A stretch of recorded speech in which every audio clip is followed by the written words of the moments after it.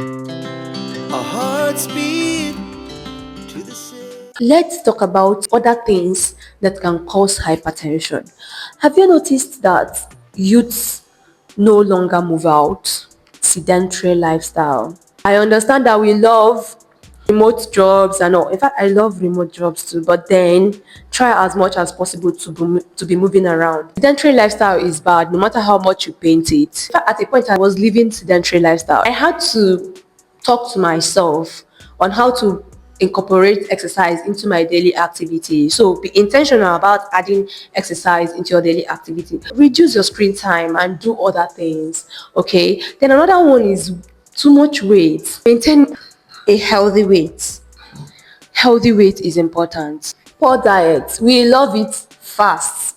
Fast food, sugary drinks, red meat, a lot of things. When it comes to diet, we are not getting it right, youths. When I was a student, if I don't take soda, I've not started.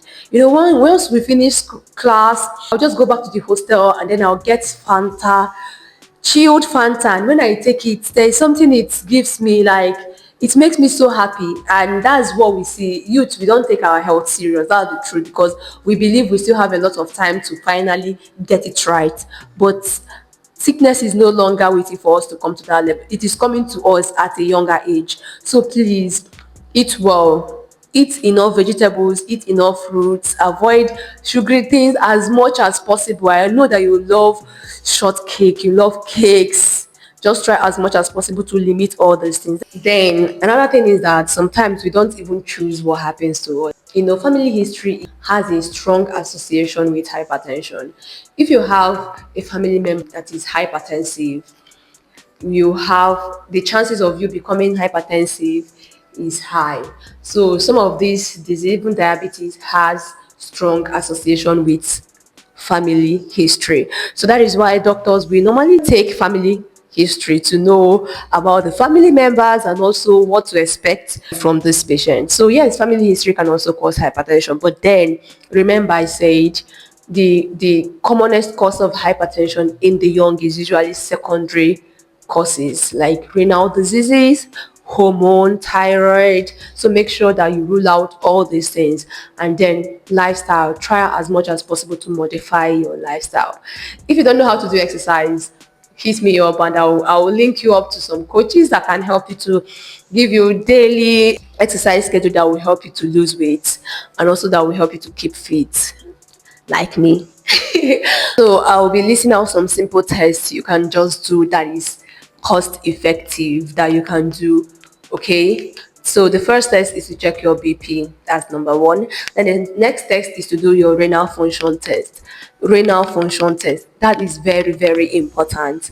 Okay, to check your kidney function, because I just said kidney sometimes can cause all these hypertension. When there is kidney diseases like nephritic syndrome, all those things can cause hypertension. So urea, creatinine, electrolyte, especially the sodium level, the potassium level, and also the filtration rate, they help us to estimate a lot. Okay, so that's by the way. Another thing is urinalysis. They will check for protein, they will check for blood in your urine. Okay, they will check for other things that might be pointing towards is this related to kidneys? Another test you need to do that is very cheap and affordable that you need to do is an ultrasound scan so that your kidney will be checked. They will check your kidney to know if there is any changes in the kidney that is pointing towards kidney disease. Okay. Another thing that you can do is a Doppler.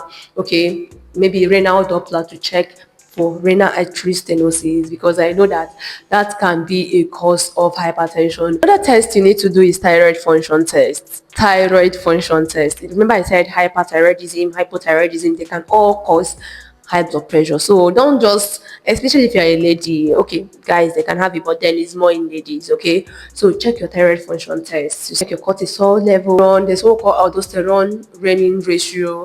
Do a complete hormonal profile, focusing on thyroid function test, cortisol, aldosterone, check all those things. So the next thing you need to do is to do an ECG. Okay, there's what we call hypertensive heart disease. Most times we see it in elderly people, but then still do it to look at your heart. do an echocardiography to check your heart. Check out all these things, okay, so that you'll be sure and the doctor can know what to do for you. Then the next thing that you need to know about hypertension is what to do and what not to do. Just as I said, lifestyle. There are things you can modify and there's things you cannot modify. For example, the fact that you have a hypertensive mom, hypertensive dad, you can't modify that. That's nature. You can't. But there are some things that you can modify and it will help you prevent hypertension. First thing you need to change is your lifestyle. Do you sleep well? Do you sleep well? The stress you are giving yourself now, if you make all the money and you're finally using the money to treat yourself, how would you feel?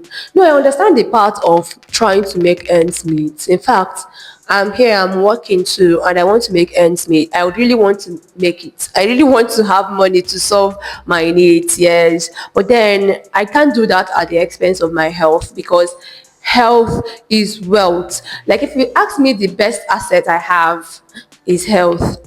That's my best asset. I don't know for you, but that's my best. That's my number one asset. That's why every day when I wake up, I thank God for health because I know that if anything happens to your health, you can spend the whole money you are busy making on it.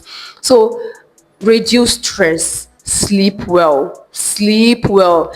Sometimes I was telling my patient the other time that doctors are the people that will give you advice and not do it, but no, I try to do it. Sometimes when I'm doing call, then I'll tell my patient sleep well, and then I'm awake from I'm doing 24 hours call, and that can be funny, but then that's our work. So when we have time to sleep, we sleep well. So try and rest well, reduce stress as much as you can. Whatever you know that you can do to reduce stress, do that. Eat healthy, eat well, okay, and avoid smoking, avoid alcohol. I don't know. I really need to talk about the fact that these two things are actually harming you. But then I'm going to make another video and then I'm going to educate you on what alcohol can do to your liver. But then today is about hypertension, so let's just stay here. So please reduce alcohol as much as possible. If possible, stop alcohol, stop smoking, live a healthy lifestyle.